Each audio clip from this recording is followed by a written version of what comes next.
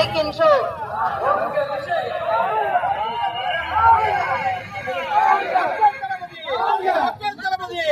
மக்கள் விரும்பும் முதல்வர், மக்கள் விரும்பும் முதல்வர், மக்கள் விரும்பும் முதல்வர், ஆலய முதல்வர், ஆலய முதல்வர், வீரர்களின் பாதுகாவலர், வீரர்களின் பாதுகாவலர், விவசாயிகளின் பாதுகாவலர், வீரர்களின் பாதுகாவலர், மக்கள் தளபதி, மக்கள் தளபதி, ஆலய முதல்வர், ஆலய முதல்வர், ஆலய முதல்வர், தளபதி, தளபதி, வெற்றி கழகம், வெற்றி கழகம், வெற்றி கழகம், தளபதி, தளபதி.